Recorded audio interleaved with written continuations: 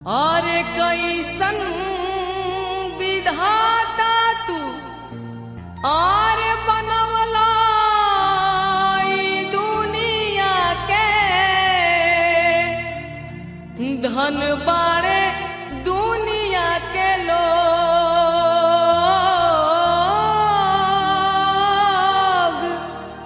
के करा से कहीं जे के ना बाट धइले और सबका में स्वार्थ के रोग। हाँ और सबका में स्वार्थ के रोग।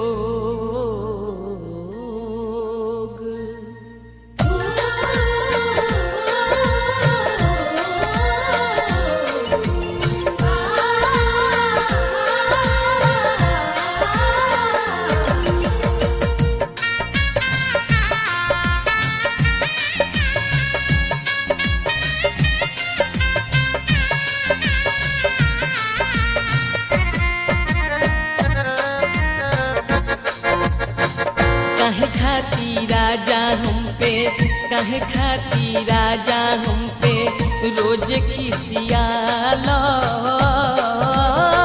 लेके हमर जान अपन दहेजवा पुराला लेके हमर जान अपन दहेजवा पुराला।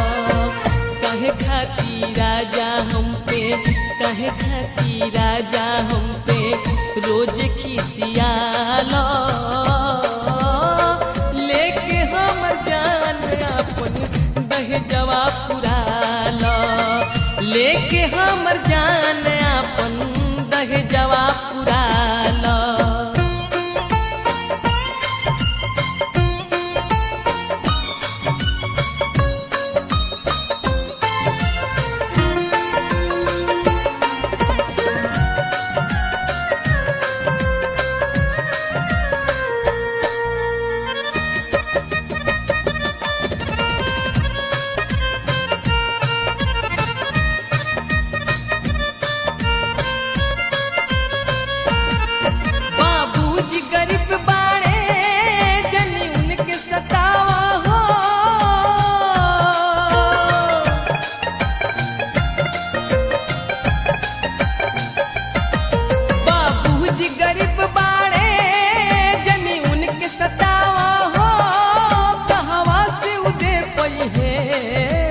मन के मनावा हो कहल करार दिहले कहल करार दिहले तबो ना घाला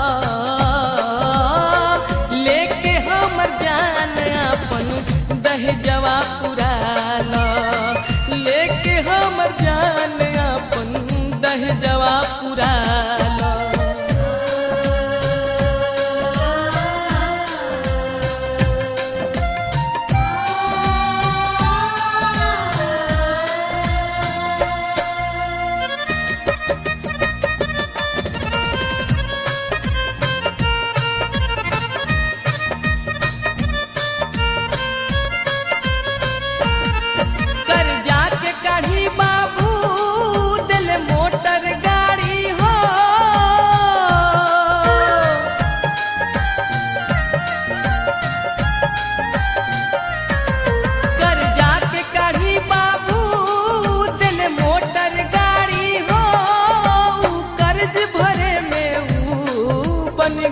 भिखारी हो स्वार्थ के सैया अपना स्वार्थ के सैया अपना आप में संभाला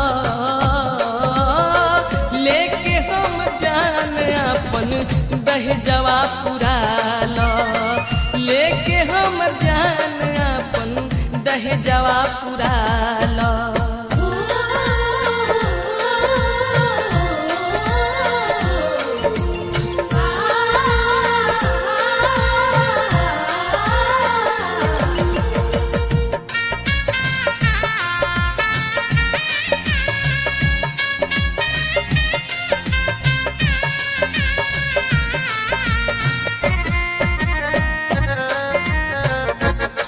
राजू रोहित बतिया तू मान ल मोरी हो।